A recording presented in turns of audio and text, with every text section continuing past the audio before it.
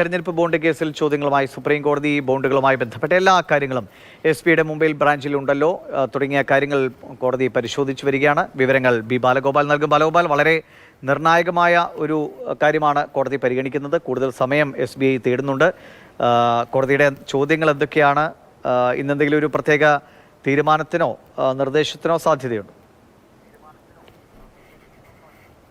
ദിവിഷ, വളരെ സുപ്രധാനമായ കാര്യം, സുപ്രീം കോടതിയിൽ ഇപ്പോൾ ഈ കേസുമായി ബന്ധപ്പെട്ട സുപ്രധാനമായ വിധി പ്രസ്താവത്തിലേക്ക് ചീഫ് ജസ്റ്റിസ് D.Y. ചന്ദ്രചൂഡിന്റെ ഭരണഘടനാ ബെഞ്ച് കടന്നിരിക്കുന്നു എന്നതാണ്.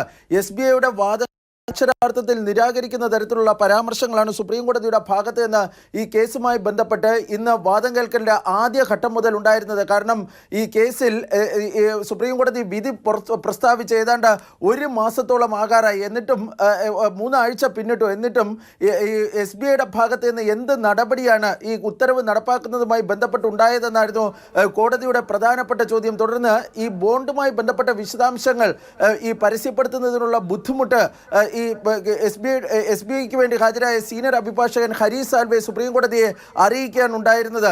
എന്നാൽ ഈ വാദങ്ങളൊന്നും, ഈ ബുദ്ധിമുട്ടുകളൊന്നും തന്നെ അംഗീകരിക്കുവാൻ സുപ്രീം കോടതി തയ്യാറായില്ല.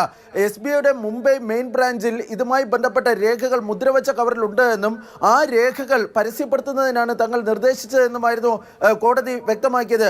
എന്നാൽ ഹരീഷ് സാൽവെ ആവർത്തിച്ച് പറഞ്ഞ കാര്യം, ഈ ഏത് വ്യക്തിയാണ് ബോണ്ട് വാങ്ങിയത്, എത്രത്തോളം ബോണ്ട് വാങ്ങി എന്നൊക്കെ കാര്യം പരസ്യപ്പെടുത്താം, ഏത് പാർട്ടിക്കാണ് പണം പോയതെന്ന കാര്യം, അതായത് അത് ഏത് ബോണ്ട്, എത്ര പണം, ഈ പണം രാഷ്ട്രീയ പാർട്ടിക്ക് പോയി തുടങ്ങിയത് കണ്ടെത്തുന്നതിന് കുറച്ചുകൂടി സമയം വേണമെന്നായിരുന്നു അദ്ദേഹം ആവശ്യപ്പെട്ടത്. തുടർന്ന് ചീഫ് ജസ്റ്റിസ് ചന്ദ്രചൂഡിൻ്റെ അധ്യക്ഷതയിലുള്ള ഭരണഘടനാ ബെഞ്ച് സുപ്രധാനമായ ഒരു നടപടിയിലേക്ക് കടക്കുകയാണ് ചെയ്തിരിക്കുന്നത്. കാരണം ഈ കേസിൻ്റെ വാദം കേൾക്കുന്നതിനിടെ ഈ തെരഞ്ഞെടുപ്പ് കമ്മീഷൻ ഈ രാഷ്ട്രീയ പാർട്ടികൾ തങ്ങൾ വാങ്ങിയ ബോണ്ടിൻ്റെ വിശദാംശങ്ങൾ ഈ സുപ്രീം കോടതിക്ക് കൈമാറിയിരുന്നു.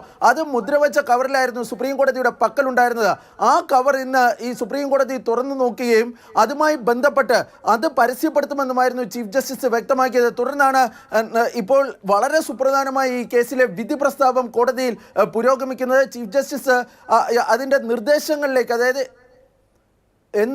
എന്താണ് വിധി പ്രസ്താവത്തിൻ്റെ നിർദ്ദേശങ്ങൾ എന്നതിനെ സംബന്ധിച്ചുള്ള എന്ന കാര്യത്തിലേക്ക് ഇപ്പോൾ കടക്കുകയും ചെയ്തിരിക്കുകയാണ്. ദിവിഷ്.